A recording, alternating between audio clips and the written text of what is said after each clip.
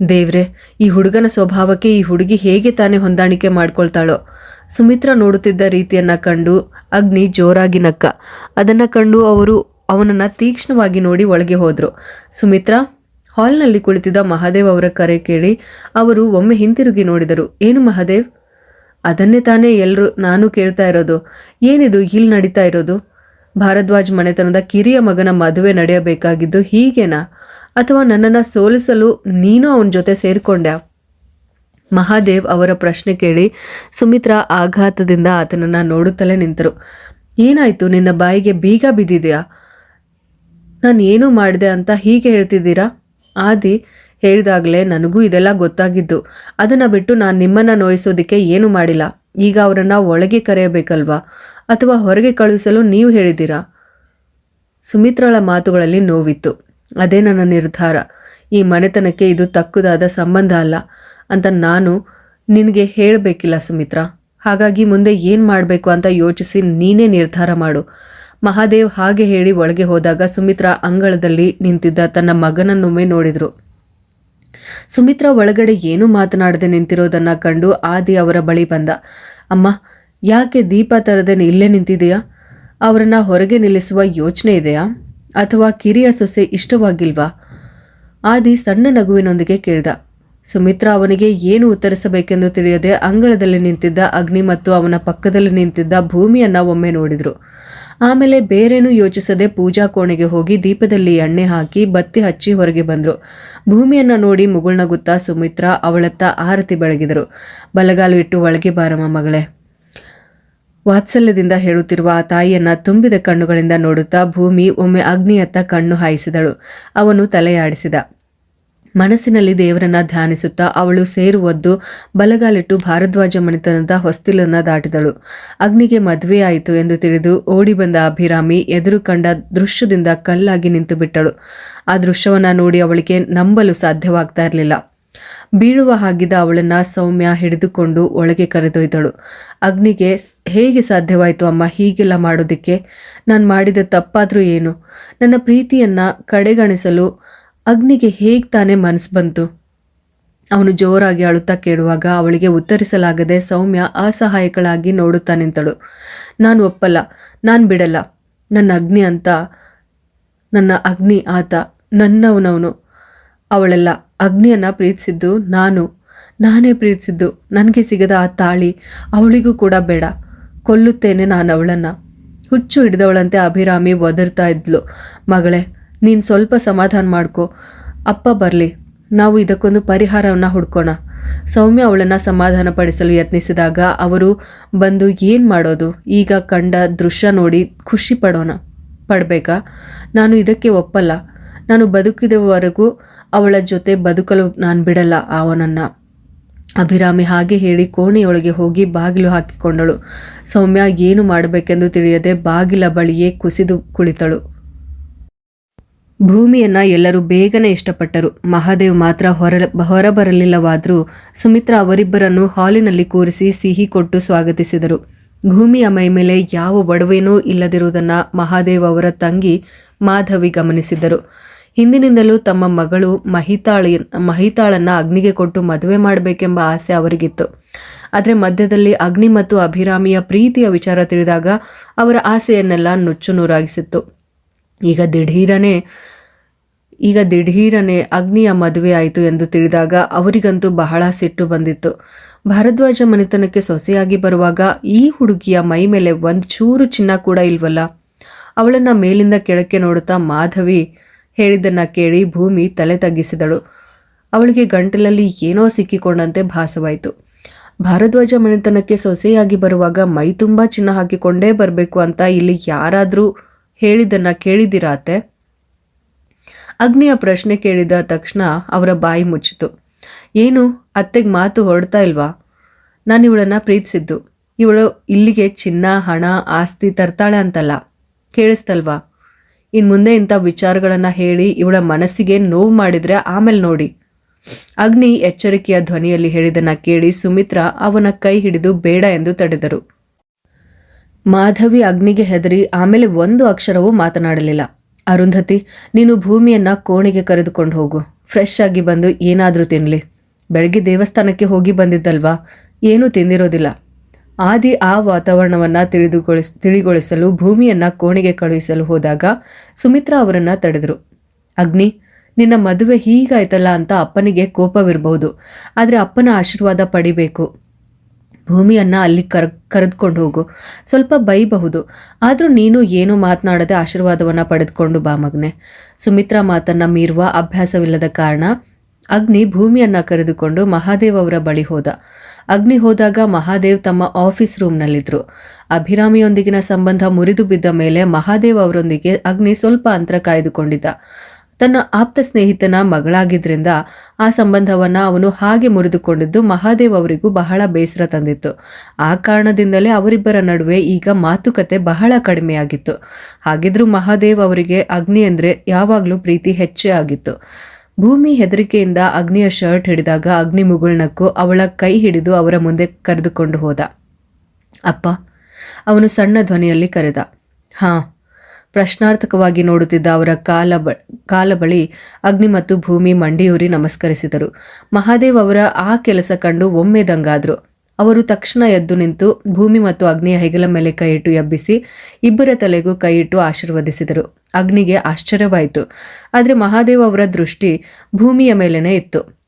ಅವಳನ್ನು ನೋಡುತ್ತಿದ್ದಂತೆಯೇ ಅವರ ಕಣ್ಣುಗಳು ತುಂಬಿ ಬಂದವು. ಆದರೆ ಅದು ಅವಳ ಮೇಲಿದ್ದ ತಪ್ಪಿತಸ್ಥ ಭಾವನೆಯಿಂದ ಎಂಬುದು ಯಾರಿಗೂ ತಿಳಿದಿರಲಿಲ್ಲ.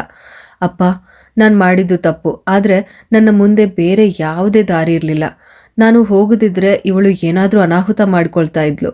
ನನಗೆ ಗೊತ್ತು ನನ್ನ ಮದುವೆಯನ್ನು ನೀವು ಹೇಗೆ ಮಾಡಬೇಕು ಅಂದ್ಕೊಂಡಿದ್ರಲ್ಲ ಅಂತ.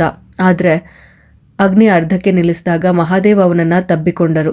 ಪರವಾಗಿಲ್ಲ, ನನ್ನ ಮಗನಿಗೆ ಯಾವತ್ತೂ ತಪ್ಪು ನಿರ್ಧಾರ ತೆಗೆದುಕೊಳ್ಳಲು ಸಾಧ್ಯವಿಲ್ಲ ಅಂತ ಅಪ್ಪನಿಗೆ ಗೊತ್ತು.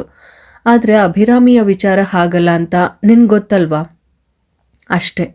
ಏನೇ ಹೇಳಿದ್ರೂ ನಿಮ್ಮನ್ನು ಆಶೀರ್ವಾದ ಮಾಡದೇ ಇರಲು ಅಪ್ಪನಿಗೆ ಸಾಧ್ಯವಿಲ್ಲ. ಏಕೆಂದರೆ ನೀನು ನನ್ನ ಮಗನಲ್ವಾ? ಅವರು ಅವನನ್ನು ತಬ್ಬಿಕೊಂಡು ಹೇಳಿದಾಗ ಅಗ್ನಿ ಅವರ ಬೆನ್ನನ್ನು ಮೆಲ್ಲನೆ ಸವರಿದ. ಅಪ್ಪ, ಏನೂ ಹೇಳಬೇಡಿ. ನನಗೆ ನನ್ನ ಅಪ್ಪ ಯಾರು ಅಂತ ಗೊತ್ತು.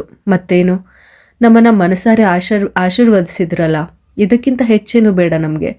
ಅಗ್ನಿ ಹೇಳಿದ್ದನ್ನು ಕೇಳಿ ಆದಿ ಕೋಪದಿಂದಲೇ ಅಲ್ಲಿಗೆ ಬಂದ. ನೋಡಿ, ಅಪ್ಪ ಮಗನ ನಾಟಕ ಸ್ವಲ್ಪ ಓವರ್ ಆಗ್ತಾ ಇದೆ ಅಲ್ವಾ? ಇಬ್ಬರಿಗೂ ನಾಚಿಕೆ ಆಗಲ್ವಾ? ಎಂಥ ಬಿಲ್ಡಪ್ ಅಪ್ಪ, ಇಷ್ಟೇನಾ ನಿಮ್ಮ ಕೋಪ? ಕಷ್ಟ ಬಿಡಿ. ಆದಿ ತಮಾಷೆಯಾಗಿ ಹೇಳಿದಾಗ ಮಹಾದೇವ್ ಅವನನ್ನೂ ತಬ್ಬಿಕೊಂಡು ಭೂಮಿಯತ್ತ ನೋಡಿದ್ರು. ಈ ಅಪ್ಪನ ಶಕ್ತಿ ಅಂದರೆ ಈ ಇಬ್ಬರೇ. ಅಮ್ಮ, ನಮ್ಮಿಬ್ಬರ ಮಧ್ಯೆ ಸಣ್ಣದೊಂದು ಸಿಟ್ಟಿತ್ತು, ಈಗ ಮುಗೀತು. ಮಗಳೇ, ನೀನು ಬೇಸರ ಮಾಡ್ಕೋಬೇಡ. ಅಪ್ಪನಿಗೆ ನಿನ್ನ ಮೇಲೆ ಯಾವ ಸಿಟ್ಟು ಇಲ್ಲ. ಎಲ್ಲವೂ ಒಳ್ಳೆಯದಕ್ಕೆ ಹಾಗೆ ಅಂದುಕೋ ಸಾಕು. ಒಳ್ಳೆಯ ವಸ್ತುವೇ ನಿನಗೆ ಸಿಕ್ಕಿರೋದು. ಇವತ್ತಿಗೆ ನಿನ್ನ ಕಷ್ಟಕಾಲ ಮುಗೀತು ಅನ್ಕೋ. ಮಹಾದೇವ್ ನಗುತ್ತಲೇ ಹೇಳುವಾಗ ಭೂಮಿ ವಿಚಿತ್ರವಾದ ಪರಿಸ್ಥಿತಿಯಲ್ಲಿದ್ದಳು. ಇಲ್ಲಿಯವರೆಗೂ ನೋಡಿದ ಪ್ರೀತಿಯನ್ನು ಕಣ್ಣಾರೆ ಕಾಣುವಾಗ ಅವಳಿಗೆ ಸ್ವಲ್ಪ ಮುಜುಗರವಾಯಿತು. ನೋಡಿ ಮಹಾದೇವ್, ಸ್ವಲ್ಪ ಅತಿ ಆಗ್ತಿದೆ ನಿಮ್ಮ ಆಟ. ನಾನು ಎಷ್ಟು ಹೆದರಿದ್ದೆ ಗೊತ್ತಾ? ಇವರನ್ನು ಹೊರಗೆ ಕಳಿಸ್ತೀರಾ ಅಂತಲೇ ನಾನು ಅಂದ್ಕೊಂಡಿದ್ದೆ. ಸುಮಿತ್ರಾ ಮಹಾದೇವ್ ಅವರ ಕೈಗೆ ಹೊಡೆದು ಹೇಳುವಾಗ ಭೂಮಿಗೆ ಆಶ್ಚರ್ಯವಾಯಿತು. ಮತ್ತೆ ಹೊರಗೆ ಕಳಿಸದೇ ಇರ್ತೀನಾ? ನನಗೆ ಹೇಳದೆ ಈ ರೀತಿ ಹುಚ್ಚಾಟ ಮಾಡಿದ್ರೆ ನಾನು ಹೀಗೆಲ್ಲ ಮಾಡಲೇಬೇಕಲ್ವಾ? ಅಗ್ನಿ ಮಹಾದೇವ್ ಅವರ ಬೆನ್ನಿಗೆ ಮೆಲ್ಲನೆ ಚೂಟಿದ. ಲೇ ಹುಡುಗ, ಸುಮ್ಮನಿರೋ. ಸುಮಿತ್ರಾ, ಮಗಳನ್ನು ಕರೆದುಕೊಂಡು ಹೋಗಿ ಊಟ ಮಾಡು. ಹಸಿವಾಗಿರತ್ತೆ. ಹೋಗು ಮಗಳೇ. ಬಾ ಭೂಮಿ, ನಾವು ಫ್ರೆಶ್ ಆಗಿ ಬರೋಣ. ಗೌರಿ ಅವಳನ್ನು ಕರೆದುಕೊಂಡು ಕೋಣೆಗೆ ಹೋಗುವಾಗ ಆದಿಯನ್ನು ನೋಡಿ ಗುರಾಯಿಸಲು ಮರೆಯಲಿಲ್ಲ. ನಿನಗೆ ಬೇಕಾದದ್ದನ್ನು ಗೌರಿ ಎತ್ತಿಟ್ಟಿದ್ದಾಳೆ ಆದಿ, ಹೋಗಿ ಬಿಸಿ ಬಿಸಿಯಾಗಿ ಇಸಿಕೋ. ಮಹಾದೇವ್ ರೇಗಿಸಿದ್ರು. ಎಲ್ಲದಕ್ಕೂ ಕಾರಣ ಈ ಹಂದಿ. ಇದ್ದಕ್ಕಿದ್ದಂತೆ ಹೇಳಿದಾಗ ನಾನು ಜಿಗಿದು ಸಹಾಯ ಮಾಡಲು ಹೋದೆ. ಇವನ ಮದುವೆಯನ್ನು ಹಾಗೆ ಮಾಡಬೇಕು ಹೀಗೆ ಮಾಡಬೇಕು ಅಂತ ಓಡಾಡ್ತಿದ್ದವಳು ಅವಳು. ಇನ್ನು ನಾನು ಹೊರಗೆ ಚಾಪೆ ಹಾಸ್ಕೊಂಡೆ ಮಲಗಬೇಕೇನೋ. ಆದಿ ಹಾಗೆ ಹೇಳಿ ಅರುಂಧತಿಯ ಮುಖ ನೋಡಿದ. ಏನಿದು, ಇವಳ ಮುಖ ಇಷ್ಟು ಸಣ್ಣದಾಗಿದೆ?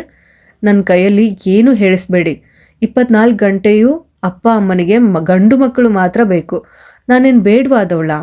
ಅರುಂಧತಿ ಬೇಸರದಿಂದ ಹೇಳಿದ್ದನ್ನು ಕೇಳಿ ಅಗ್ನಿ ಅವಳನ್ನು ತಬ್ಬಿಕೊಂಡ. ಸದ್ಯಕ್ಕೆ ನನ್ನ ಮುದ್ದು ತಂಗಿ, ಹೋಗಿ ಬೇಗ ರೆಡಿ ಆಗು. ನಾವು ಹೊರಗಡೆ ಹೋಗಬೇಕು. ಭೂಮಿಗೆ ಬೇಕಾದ ಕೆಲವು ಡ್ರೆಸ್ಗಳನ್ನು ತೆಗೆದುಕೊಳ್ಬೇಕು. ಹೋಗು. ಹಾಗಾದರೆ ನನಗೂ 2 ಟಾಪ್ ಬೇಕು. ಓಹೋ, ಆಯಿತು ಆಯಿತು. ಅದು ಕೇಳಿದ್ದೆ ತಡ ಅರುಂಧತಿ ನಗುತ್ತಲೇ ಕೋಣೆಗೆ ಓಡಿ ಹೋದ್ಲು. ಭೂಮಿ ಅಗ್ನಿಯ ಕೋಣೆ ಕಂಡು ದಂಗಾಗಿದ್ದಳು. ಏನು ಹಾಗೆ ನೋಡ್ತಾ ಇದೆಯಾ? ಇದು ಅಗ್ನಿಯ ಕೋಣೆ. ಯಾರಿಗೂ ಅವನು ಇಲ್ಲಿಗೆ ಬರೋದಕ್ಕೆ ಬಿಡಲ್ಲ. ಇದು ಅವನ ಪ್ರೈವೇಟ್ ರೂಮ್. ಅದೇ ವಾಶ್ರೂಮ್. ಹೋಗಿ ಫ್ರೆಶ್ ಆಗಿ ಬಾ. ಏನಾದರೂ ತಿನ್ಬೇಕಲ್ವಾ? ಗೌರಿ ಹಾಗೆ ಹೇಳಿ ಅವಳನ್ನು ವಾಶ್ರೂಮ್ಗೆ ಕಳುಹಿಸಿದಳು. ವಾಶ್ರೂಮ್ ನೋಡಿದಾಗ ಭೂಮಿಗೆ ಸಂಕಟವಾಯಿತು. ಯಾವುದಕ್ಕೂ ತಾನು ಯೋಗ್ಯಳಲ್ಲ. ಆದರೂ ಇಂತಹ ಮನೆಯಲ್ಲಿ ಅವಳ ಕಣ್ಣುಗಳು ತುಂಬಿ ಬಂದವು. ಕನಸು ಕಾಣಲು ಯೋಗ್ಯತೆ ಇಲ್ಲದ ತಾನೆಂದು ಭಾರದ್ವಾಜ್ ಮನೆತನದಲ್ಲಿರುವುದನ್ನು ನೆನೆದು ಅವಳು ಅತ್ತಳು. ಸ್ವಲ್ಪ ಹೊತ್ತಿನ ನಂತರ ಹೊರಗೆ ಬಂದಾಗ ಹಾಸಿಗೆಯ ಮೇಲೆ ಮಲಗಿದ್ದ ಅಗ್ನಿಯನ್ನ ಕಂಡಳು. ಗೌರಿ ಅಲ್ಲಿರಲಿಲ್ಲ. ಬಾಗಿಲು ಲಾಕ್ ಆಗಿತ್ತು. ಅವಳಿಗೆ ಆತಂಕ ಹೆಚ್ಚಾಯಿತು. ಯಾಕೆ ಅಲ್ಲೇ ನಿಂತಿದೀಯಾ? ಬಾ. ಅಗ್ನಿ ಕೈ ಚಾಚಿ ಕರೆದಾಗ ಅವಳು ತಲೆ ತಗ್ಗಿಸಿ ಅರವಿಂದನ ಬಳಿ ಹೋದಳು. ಅಗ್ನಿ ಅವಳನ್ನ ತನ್ನ ಬಳಿ ಕೂರಿಸಿಕೊಂಡು ಅವಳ ಮೊಗವಿಡಿದ. ಏನಾಯ್ತು? ಮುಖ ಯಾಕೆ ಇಷ್ಟು ಬಾಡೋಗಿದೆ? ಮನೆ ಇಷ್ಟ ಆಗ್ಲಿಲ್ವಾ? ಅವನು ಅವಳ ಮುಖವನ್ನೇ ದಿಟ್ಟಿಸುತ್ತಾ ಕೇಳಿದಾಗ ಒಂದು ಹನಿ ಕಣ್ಣೀರು ಅವನ ಕೈ ಮೇಲೆ ಬಿತ್ತು. ಮತ್ತೇನಾಯ್ತು ಇಷ್ಟೊಂದು ಬೇಸರ? ಅಜ್ಜ ಮತ್ತು ಅಜ್ಜಿಯ ನೆನಪಾಗ್ತಿದೆಯಾ? ಅಗ್ನಿ ಅವಳ ಹಣೆಗೆ ಮುತ್ತಿಟ್ಟ ತಕ್ಷಣ ಅವಳ ಕಣ್ಣೀರು ಧಾರೆಯಾಗಿ ಹರಿಯತೊಡಗಿತು. ಭೂಮಿ, ಏನಿದು? ಏನಾಯ್ತು? ನನ್ನನ್ನು ಯಾವುದಾದ್ರೂ ಹಾಸ್ಟೆಲ್ನಲ್ಲಿ ಬಿಡ್ತೀರಾ? ನನಗೆ ಇಲ್ಲಿರೋದಕ್ಕೆ ಯೋಗ್ಯತೆ ಇಲ್ಲ. ನಾನಿನ್ನು ಹೋಗ್ತೀನಿ. ಅವಳು ಅಳುತ್ತಾ ಹೇಳಿದ್ದನ್ನು ಕೇಳಿ ಅಗ್ನಿಗೆ ಕಾರಣ ಅರ್ಥವಾಗದೆ ಅವಳನ್ನೇ ನೋಡ್ತಾ ಇದ್ದ. ನಾನು ಹೋಗ್ತೀನಿ. ಜೀವನ್ ಹುಡುಕಿಕೊಂಡು ಬರದ ಯಾವುದಾದ್ರೂ ಜಾಗದಲ್ಲಿ ನನ್ನ ಬಿಟ್ಬಿಟ್ಟು ಬನ್ನಿ. ಅಷ್ಟೇ ಸಾಕು. ನಾನು ನಿಮಗೆ ತಕ್ಕವಳಲ್ಲ. ಯಾರು ಹೇಳಿದ ಹಾಗೆ? ಹಾಂ? ಅವನು ತಾಳ್ಮೆಯಿಂದಾನೇ ಕೇಳಿದ. ಅದು ನಾನು. ಭೂಮಿ ಪ್ಲೀಸ್, ಈಗ ನೀನು ಏನೇನೋ ಯೋಚಿಸಿ ಬೇಸರ ಮಾಡಿಕೊಳ್ಳದೆ ಕೆಳಗೆ ಬಾ. ನಾವೇನಾದರೂ ತಿನ್ನೋಣ. ಬಾ. ಅಗ್ನಿ ಎದ್ದು ಹೊರಡಲು ಮುಂದಾದಾಗ ಅವಳು ಅಗ್ನಿಯ ಕೈ ಹಿಡಿದಳು. ನಾನು ಹೋಗ್ತೀನಿ. ನನಗೆ ಇಲ್ಲಿರೋದಕ್ಕೆ ಸಾಧ್ಯವಿಲ್ಲ. ಪ್ಲೀಸ್, ದಯವಿಟ್ಟು ಹೋಗೋದಕ್ಕೆ ಬಿಡಿ. ನಾನು ನಿಮಗೆ ತಕ್ಕವಳಲ್ಲ. ಅವಳು ಮತ್ತೆ ಅದನ್ನೇ ಹೇಳಿದ್ದನ್ನು ಕೇಳಿ ಅಗ್ನಿ ಅವಳು ಹಿಡಿದಿದ್ದ ಕೈಯತ್ತ ಒಮ್ಮೆ ನೋಡಿ ತನ್ನ ಕೈಯನ್ನು ಬಿಡಿಸಿಕೊಂಡು ಕೆಳಗೆ ನಡೆದ. ಇಷ್ಟವಿಲ್ಲದಿದ್ದರೂ ಅವಳು ಅವನ ಹಿಂದೆ ನಡೆದಳು. ಎಲ್ಲರೂ ಊಟಕ್ಕೆ ಕುಳಿತಿರುವುದನ್ನು ಕಂಡು ಭೂಮಿ ಹಿಂಜರಿಕೆಯಿಂದ ಹಿಂದೆ ಸರಿದು ನಿಂತಾಗ ಸುಮಿತ್ರಾ ಅವಳ ಕೈ ಹಿಡಿದು ಅಗ್ನಿಯ ಪಕ್ಕದಲ್ಲಿ ಕೂರಿಸಿದಳು. ಭೂಮಿಯ ಪ್ಲೇಟ್ಗೆ ಸುಮಿತ್ರಾ 2 ದೋಸೆ ಹಾಕಿ ಅದಕ್ಕೆ ಸಾಂಬಾರ್ ಸುರಿದು ತಿನ್ನಲು ಹೇಳಿದರು. ಆ ಕ್ಷಣದಲ್ಲಿ ಅವಳ ಕಣ್ಣುಗಳು ತುಂಬಿ ಬಂದವು. ತಾಯಿಯ ವಾತ್ಸಲ್ಯವನ್ನ ಯಾವತ್ತೂ ಅನುಭವಿಸಿದಿರದವಳಿಗೆ ಆ ಕ್ಷಣ ವಿಚಿತ್ರವಾದ ನೋವನ್ನ ನೀಡಿದಂತೆ ಭಾಸವಾಯಿತು. ಏನಾಯ್ತು ಮಗಳೇ? ಏನಾಯ್ತು ನಿನಗೆ? ನಮ್ಮ ಮನೆಯಲ್ಲಿ ಯಾರು ನಿನಗೆ ಇಷ್ಟವಾಗ್ತಾ ಇಲ್ವಾ? ಭೂಮಿ ಕಣ್ಣೀರು ಹಾಕುತ್ತಲೇ ಊಟ ಮಾಡುತ್ತಿರುವುದನ್ನು ಕಂಡು ಸುಮಿತ್ರಾ ವಿಚಾರಿಸಿದ್ರು. ಅವಳು ಇರಲು ಒಂದು ಹಾಸ್ಟೆಲ್ ಹುಡುಕಲು ಹೇಳಿದ್ದಳು. ಅದು ಇನ್ನೂ ಸರಿ ಹೋಗಿಲ್ಲ. ಅದರ ಬೇಸರ ಇರಬಹುದು. ಅಗ್ನಿ ಸ್ವಲ್ಪ ಕಠಿಣವಾಗಿಯೇ ಹೇಳಿದ. ಹಾಸ್ಟೆಲಾ? ಮದುವೆ ಆದಮೇಲೆ ಯಾಕೆ ಹಾಸ್ಟೆಲಲ್ಲಿ ಇರಬೇಕು? ಇನ್ನೂ ಕಾಲೇಜಿಗೆ ಹೋಗಲು ತೊಂದರೆ ಇದ್ದರೆ ನೀನು ಇಲ್ಲಿಂದ ಕಾರ್ನಲ್ಲಿ ಹೋದ್ರಾಯ್ತು. ಅದಕ್ಕೆ ಬೇಕಾದ ವ್ಯವಸ್ಥೆನೆಲ್ಲ ನಾನು ಮಾಡ್ತೀನಿ. ಆದಿಗೆ ಅರ್ಥವಾಗದೆ ಹೇಳಿದಾಗ ಅಗ್ನಿ ಭೂಮಿಯತ್ತ ಒಮ್ಮೆ ನೋಡ್ದ. ಅವಳು ತಲೆ ತಗ್ಗಿಸಿ ಕುಳಿತಿದ್ದಳು. ಭಾರದ್ವಾಜ ಮನೆತನಕ್ಕೆ ತಾನು ಯೋಗ್ಯಳಲ್ಲ ಎಂಬುದು ಅವಳ ಅನಿಸಿಕೆ. ಹಾಗಾಗಿ ಇಲ್ಲಿರೋದಕ್ಕೆ ಭೂಮಿಗೆ ಬಹಳ ಕಷ್ಟ ಆಗ್ತಿದೆ. ಅವನು ಹಾಗೆ ಹೇಳುವುದನ್ನು ಕೇಳಿ ಹಾಗಲ್ಲ ಎಂದು ಹೇಳಲು ಅವಳಿಗೆ ಆಸೆ ಇದ್ದರೂ ಸಾಧ್ಯವಾಗಲಿಲ್ಲ. ಏನೇನೋ ಯೋಚನೆ ಮಾಡುತ್ತಿದ್ದೀಯಲ್ಲಮ್ಮ ನೀನು, ಹಾಂ? ಸುಮಿತ್ರಾ ಅವಳ ತಲೆಯ ಮೇಲೆ ಸವರಿ ಪಕ್ಕದ ಕುರ್ಚಿಯಲ್ಲಿ ಕುಳಿತರು. ಅವಳು ಹೇಳಿದ್ದರಲ್ಲಿ ಏನು ತಪ್ಪಿದೆ? ಅದಕ್ಕೆ ಒಂದು ಕಾಸಿಗೂ ಗತಿ ಇಲ್ಲದೆ ಇವಳಿಗೆ ಹಾಗೆ ಅನಿಸಿದ್ರೆ ಅದು ಸತ್ಯ ತಾನೆ. ಹಾಸ್ಟೆಲ್ನಲ್ಲೇ ಇಡುವುದು ಒಳ್ಳೆಯದು. ನಮ್ಮ ಮನೆತನದ ಮರ್ಯಾದೆಯನ್ನು ನಾವು ನೋಡಬೇಕಲ್ವಾ? ಈ ಬೀದಿಯಲ್ಲಿ ಬೆಳೆದವಳಿಗಿಂತ ಒಳ್ಳೆಯವಳೆ ನಮ್ಮ ಅಗ್ನಿಗೆ ಸಿಗ್ತಾಳೆ. ಇನ್ನೂ ಕಾಲ ಮಿಂಚಿಲ್ಲ. ಮಾಧವಿ ಹೇಳಿ ಮುಗಿಸುವ ಮುನ್ನವೇ ಊಟದ ಮೇಜಿನ ಮೇಲಿದ್ದ ಪಲ್ಯದ ಪಾತ್ರೆ ನೆಲಕ್ಕೆ ಬಿದ್ದು ಒಡೆದಿತ್ತು. ಅಗ್ನಿಯ ಆ ಕೋಪ ಕಂಡು ಎಲ್ಲರೂ ಬೆಚ್ಚಿ ಬಿದ್ದಿದ್ರು. ಭೂಮಿ ಹೆದರಿಕೆಯಿಂದ ಸುಮಿತ್ರಾಳ ಕೈ ಹಿಡಿದುಕೊಂಡಳು. ಅಗ್ನಿ, ಏನಿದು ಹುಚ್ಚಾಟ? ಮಹಾದೇವ್ ಅವನನ್ನ ನೋಡಿ ಕೇಳಿದಾಗ ಬಾಯಲ್ಲಿರುವ ನಾಲ್ಗೆಯನ್ನ ಸ್ವಲ್ಪ ಹಿಡಿತದಲ್ಲಿಟ್ಟು ಮಾತನಾಡಿದ್ರೆ ಆಮೇಲೆ ನೋಡಿ. ಅಗ್ನಿ ಮಾಧವಿಯತ್ತ ಬೆರಳು ತೋರಿ ಹೇಳಿದಾಗ ಅವರು ಏನು ಮಾತನಾಡದೆ ತಕ್ಷಣ ತಲೆ ತಗ್ಗಿಸಿದರು. ನಿನ್ನ ಊಟ ಮುಗ್ದಿದ್ರೆ ಬೇಗ ಬಾ. ಕೋಪ ತಣ್ಣಗಾಗದೆ ಅಗ್ನಿ ಅರುಂಧತಿಯ ಮೇಲೆ ರೇಗಿದ. ಓಹ್, ನಾನಿನ್ನೂ ಏನೂ ತಿಂದಿಲ್ಲ. ಹಾಗಾದರೆ ಎಲ್ಲವನ್ನ ತಿಂದು ಮುಗಿಸ್ಕೊಂಡೇ ಬಾ. ಅಗ್ನಿ ಹಾಗೆ ಹೇಳಿ ಹೊರಗೆ ನಡೆಯುವುದನ್ನು ಕಂಡು ಅರುಂಧತಿ ಬೇಗನೆ ಕೈ ತೊಳೆದುಕೊಂಡು ಮೊಬೈಲ್ ತೆಗೆದುಕೊಂಡ ಅವನ ಹಿಂದೆ ಓಡಿದ್ಲು. ಭೂಮಿಯತ್ತ ಒಮ್ಮೆಯೂ ಹಿಂತಿರುಗಿ ನೋಡದೆ ಅವನು ಹೋದದ್ದು ಆದಿಗೆ ಸ್ವಲ್ಪವೂ ಇಷ್ಟವಾಗಲಿಲ್ಲ. ಕೋಪದ ಕುಳ. ಮದುವೆಯಾಗಿ 1 ಗಂಟೆನೂ ಆಗಿಲ್ಲ, ಎಲ್ಲವನ್ನ ಹಾಳು ಮಾಡ್ದ. ಆದಿ ಮೆಲ್ಲನೆ ಹೇಳಿಕೊಂಡು ಮಹಾದೇವ ಅವ್ರತ್ತ ಒಮ್ಮೆ ನೋಡಿದ. ಮಗಳೇ, ಹೆದರ್ಬೇಡ, ಅವನು ಅಗ್ನಿ ಅಲ್ವಾ, ಸ್ವಲ್ಪ ಕೋಪ ಹೆಚ್ಚು, ಅವನ ಸ್ವಭಾವನೇ ಹಾಗೆ. ಸಿಟ್ಟು ಬಂದರೆ ಹಿಡಿಯೋಕೆ ಆಗಲ್ಲ ಅವನಿಗೆ. ನೀನಿದನ್ನೆಲ್ಲ ನೋಡಿ ಹೆದರ್ಬೇಡ, ನೀನು ಊಟ ಮಾಡು. ಮಹಾದೇವ್ ಅವಳನ್ನು ಸಮಾಧಾನ ಪಡಿಸುತ್ತಾ ತಿನ್ನಲು ಹೇಳಿದ್ರು. ಅವಳಿಗೆ ಗಂಟಲಿನಿಂದ ಏನೂ ಕೆಳಗೆ ಇಳಿಯುತ್ತಿಲ್ಲವನಿಸ್ತು. ಅಗ್ನಿ ಎಂಬ ವ್ಯಕ್ತಿಯನ್ನು ನೆನೆಸಿಕೊಂಡಷ್ಟು ಅವಳೊಳಗಿನ ಭಯ ಇನ್ನೂ ಹೆಚ್ಚಾಗುತ್ತಲೇ ಇತ್ತು. ಅವಳ ಕಷ್ಟವನ್ನು ಅರಿತ ಗೌರಿ ಅವಳನ್ನು ಅಲ್ಲಿಂದ ಎಬ್ಬಿಸಿಕೊಂಡು ಹೋದ್ಲು. ಈ ಥರದ ಮತ್ತಷ್ಟು ಇಂಟ್ರೆಸ್ಟಿಂಗ್ ಕತೆಗಳನ್ನು ನಾನು ನಿಮ್ಮ ಮುಂದೆ ತಗೊಂಡು ಬರ್ತೀನಿ. ಹಾಗಿದ್ರೆ ಮಿಸ್ ಮಾಡದೆ ನಮ್ಮ ಯೂಟ್ಯೂಬ್ ಚಾನಲ್ ಕಥಾಸಾಗರ ಯೂಟ್ಯೂಬ್ ಚಾನಲ್ನ ಇವತ್ತೇ ಸಬ್ಸ್ಕ್ರೈಬ್ ಮಾಡ್ಕೊಳ್ಳಿ. ಹಾಗೆ ಕತೆ ಇಷ್ಟ ಆಗಿದ್ರೆ ಲೈಕ್ ಮಾಡಿ, ಹಾಗೆ ನಿಮ್ಮ ಫ್ರೆಂಡ್ಸ್ ಹಾಗೂ ಫ್ಯಾಮಿಲಿಗೆ ಇವತ್ತೇ ಶೇರ್ ಮಾಡಿ. ಧನ್ಯವಾದಗಳು.